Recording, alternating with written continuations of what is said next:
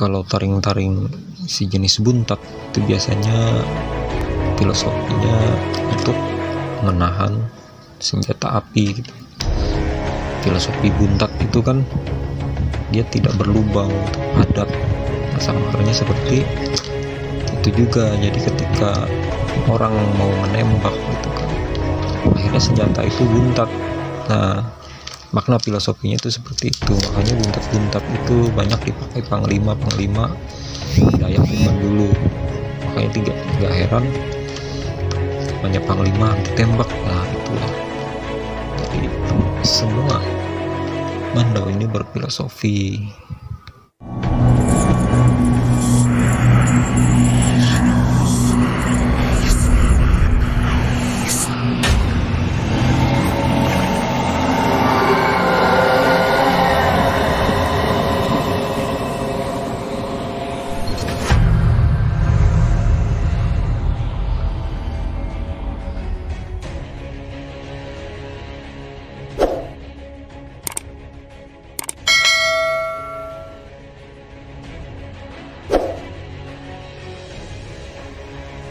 Kembali lagi ke masalah Mandau.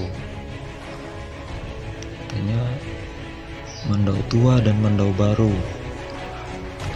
Sebenarnya yang bisa dikatakan sebagai Mandau adalah senjata yang memang dikhususkan untuk dipakai dan disimpan sebagai Mandau.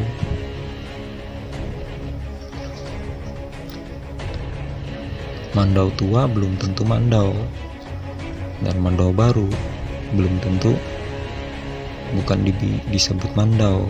Nah, maksudnya gini, ketika ada Mandau souvenir yang umur puluhan tahun gitu kan, ya tetap saja itu dianggap souvenir karena tidak mengikuti pakem Mandau. Dan walaupun Mandau baru, tapi ketika dibuat dengan pakem Mandau itu kan, misalnya benar-benar buat sesuai kategori zaman dulu, diritualkan, besi pilihan, dirajah, dimandikan dan sebagainya, itu bisa dibilang Mandau walaupun baru, daripada Mandau yang katanya tua cuma tidak memenuhi kriteria sebagai Mandau gitu, shapingnya beda dan sebagainya. Jadi lihat ciri-ciri Mandau tua dan muda itu sebenarnya bukan mudah sih, mudah gampang ya. Memang perlu pengalaman yang banyak dan sering melihat Mandau-Mandau tua. Umumnya Mandau asli, dalam tanda kutip Mandau asli, artinya itu benar-benar pakem tua gitu kan. Biasanya Mandau itu di pangkal Mandau ini tebal, dari tebal menipis sampai tipis gitu. Pembuatan shaping ketebalan Mandau seperti itu bukan tanpa alasan. Yang pertama, keseimbangan. Kedua, kekuatan dari bilah Mandau itu sendiri. Ketiga adalah kunci dari pangkal ini. Jadi ketika kumpang ini mentok sampai ke pangkal bilah yang tebal, tuh leher dari kumpang ini menjepit, karena kan Mandau ini di pinggang posisinya seperti ini. Jadi walaupun dia tertidur seperti ini, dia tidak keluar karena pangkal Mandau yang tebal itu menjepit. Itu salah satu fungsi kenapa Mandau itu pangkalnya tebal dan menipis. Beda dengan Mandau-Mandau sekarang kan, dari pangkal sampai ke tengah bilahnya itu tebalnya sama gitu. Bagian ujungnya baru tipis. Nah, itu malah tidak menjepit di sini.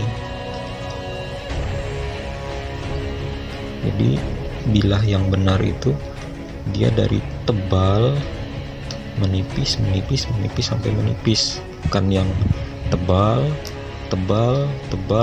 total tipis. Tidak, karena mandau ini bukan parang. Kalau parang kan digantung seperti ini dengan posisi seperti ini, jadi dia walaupun tipis dari atas ke bawah tidak masalah. Kalau mandau ini bisa jatuh kalau tidak pangkalnya tebal, tidak menjepit dia. Walaupun mandau-mandau yang tua sudah tidak menjepit lagi karena seringnya keluar masuk dari sini kan, aus dia lah ini. Leher kumpang ini udah aus, makanya ada yang namanya soplak di tulang atau tanduk kerbau atau tanduk kijang dipasang sini supaya elastisitas ini tetap terjaga, dia tetap menjepit leher ini. Kalau hanya kayu ini kan lama-lama aus. Kalau dipasang seperti ini dengan menjaga dia tetap rapat,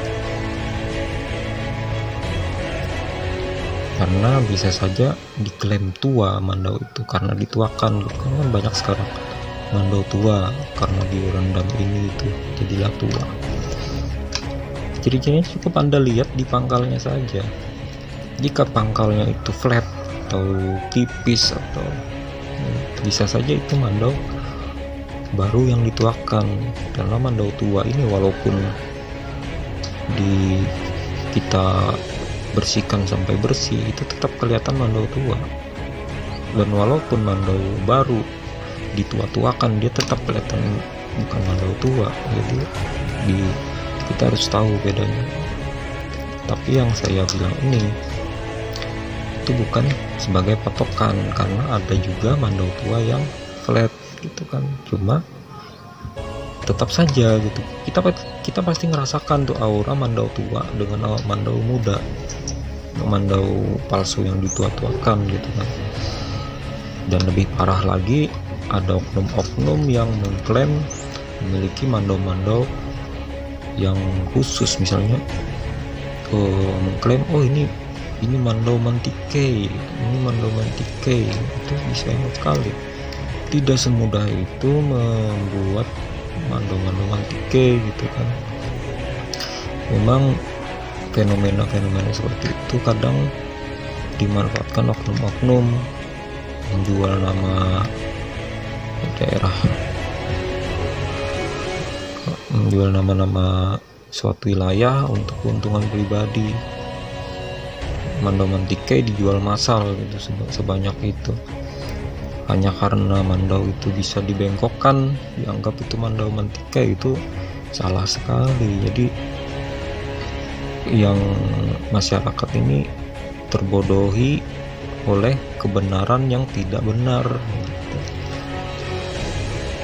Jadi fenomena mandau tua itu image-nya itu mandau yang hitam gitu, berkarat-karat, berurat-urat segala macam. Sebenarnya tidak ada mandau seperti itu. Seandainya pun ada, tidak semua mandau seperti itu. Ada mandau tua yang berurat-urat seperti itu, ada, cuma itu proses alam, tidak dipaksakan. Karena sejatinya orang Dayak ini yang namanya mandau itu selalu dirawat, dijaga sebersih mungkin, semulus mungkin, semengkilap mungkin, dan karena itu kan senjata utama gitu, jangan sampai rusak. Ibarat seperti katana Jepang kan, pengennya seperti mengkilat. Kalaupun ada misalnya sekarang kan orang mandau tua berkarat hitam dan sebagainya, berpatina gitu kan, itu kan karena faktor umur. Banyak hal yang membuat mandau ini tidak terawat. Misalnya semasa hidup yang punya mandau ini tidak ada waktu merawat misalnya, atau ketika si yang punya mandau ini meninggal, diamanahkan ke keluarganya untuk jangan diapa-apakan lagi misalnya, akhirnya tidak terawat. Sebenarnya mandau yang benar itu yang benar-benar dirawat, selalu dirawat, selalu diritualkan, bukan selalu ya, kadang-kadang diritualkan, diingat gitu bahwa ini mandau pusaka. Jadi mandau ini bagi masyarakat Kalimantan gitu, khususnya Dayak, ini seperti bagian anggota keluarga gitu. Ini kan teman, hanya saja mereka benda mati, walau hakikatnya mereka ini benda hidup gitu, mampu melindungi keluarga, melindungi rumah. Karena mandau ini benda sakral, tidak sekonyong-konyong benda mati seperti parang gitu. Ini sakral sekali, maknanya dalam sekali mandau ini. Jadi kembali ke masalah bilah mandau tua dan muda tadi, kalaupun pakem bilah muda itu sesuai dengan pakem tua, itu bisa disebut mandau dalam kategori bentuk, walaupun secara filosofi atau ritualis belum tentu dikatakan mandau. Karena mandau yang benar-benar mandau, yang istilahnya sudah diritualkan, itu mandau itu hidup gitu kan, dalam tanda kutip hidup, dia bernyawa karena sudah diritualkan dan segala macam, dan memang berfungsi. Jadi seperti misalnya kuyang gitu kan, itu mandau ini akan memberi tanda kalau memang mandau itu kan, dalam tanda kutip yang benar-benar mandau, bukan yang istilahnya sekedar bikin mandau, dibikin mandau. Itu tidak akan bisa, walaupun bentuknya seindah mungkin, sesangar mungkin, dia tidak akan dalam tanda kutip hidup, dia tidak akan seperti itu, karena memang tidak dikhususkan menjadi itu. Jadi istilahnya lebih baik punya satu mandau asli, entah baru entah tua, daripada kita punya 200 mandau palsu. Dalam bahasa kasar tuh mandau palsu artinya mandau yang tidak masuk kategori mandau, kan percuma. Jadi lebih baik punya 2 mandau ini untuk simpanan, untuk edukasi, daripada saya beli mandau-mandau souvenir yang tidak bisa dijadikan edukasi dan sebagainya. Bukan berarti mandau-mandau souvenir tidak bagus atau mandau-mandau baru tidak bagus, hanya saja makna filosofinya kita tidak tahu. Bentuknya memang bagus-bagus ya, kalau mau beli kan silahkan, cuma jika untuk simpanan gitu kan sayang sekali kalau kita punya banyak mandau, dalam tanda kutip klaim mandau, cuma tidak sesuai pakemnya gitu kan. Kita mending punya mandau beberapa bilah atau sebilah saja, cuma itu pakem. Jadi kita bisa belajar dan konfirmasi ke orang yang lebih paham. Jadi mandau ini jangan hanya merasa oh itu mandau tua dari Kalimantan dan sebagainya, punya sejarah. Itu sisi lain saja gitu. Kita melihat historinya, kita lihat mandau itu sendiri dalam konteks ini loh, budaya Kalimantan gitu, di luar konteks bumbu-bumbu seperti oh ini pernah turun ke Sampit segala macam, oh ini mandau mantike, ini mandau tua bisa terbang dan sebagainya. Itu kadang orang termotivasi untuk membeli mandau itu karena ada bumbu-bumbu itu. Sebenarnya kita harus mempelajari dulu mandau itu seperti apa. Jadi supaya kita tidak tertipu, dalam bahasa kasarnya tertipu gitu kan, walaupun ya namanya hak orang gitu kan, walaupun dia istilahnya tertipu, kalau dia merasa puas, oh ini nggak apa-apa, walaupun tuh mandau kata orang ini saya puas, karena itu tidak masalah juga sebenarnya, cuma supaya tidak salah gitu di mata masyarakat umum tentang Kalimantan ini. Jadi kembali ke ciri bilah ya. Jadi bilah-bilah mandau pakem zaman dulu rata-rata ya, saya nggak bilang semuanya, rata-rata ciri bilah mandau itu pangkal bilah ini tidak pipih, tidak datar, jadi dia seperti ada shaping gitu, jadi tidak yang besi pipih terus dibikin mata